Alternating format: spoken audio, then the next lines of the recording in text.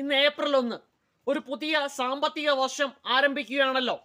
ഒരു രാജ്യത്തിന്റെ accounting, taxation തുടങ്ങിയ സാമ്പത്തിക പ്രവർത്തനങ്ങളെല്ലാം തന്നെ കാൽക്കുലേറ്റ് ചെയ്യുന്നത് സാമ്പത്തിക വർഷം അഥവാ ഫിനാൻഷ്യൽ ഇയർ അടിസ്ഥാനമാക്കിയാണ്.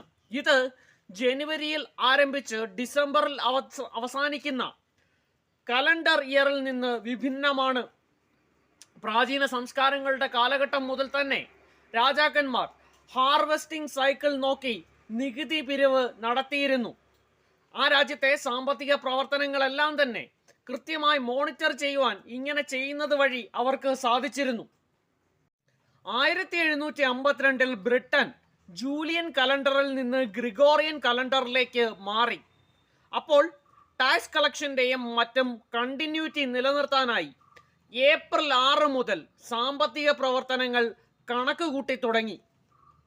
ഇപ്പോഴും ബ്രിട്ടന്റെ പേഴ്സണൽ ടാക്സ് ഇയറായി കണക്കാക്കുന്നത് ഏപ്രിൽ 6 മുതൽ ഏപ്രിൽ 5 വരെയാണ്. പല രാജ്യങ്ങളിലും വ്യത്യസ്തമായാണ് ഫിനാൻഷ്യൽ ഇയർ കണക്ക് കൂട്ടുന്നത്.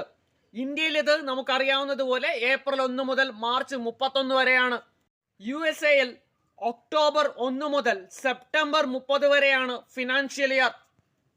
ഓസ്ട്രേലിയയിൽ ജൂലൈ 1 തീയതി മുതൽ ജൂൺ 30 തീയതി വരെയാണ് ഫിനാൻഷ്യൽ ഇയർ. എന്നാൽ ചൈനയിലാകട്ടെ ജനുവരി 1 മുതൽ ഡിസംബർ 31 വരെ തന്നെയാണ് ഫിനാൻഷ്യൽ ഇയർ.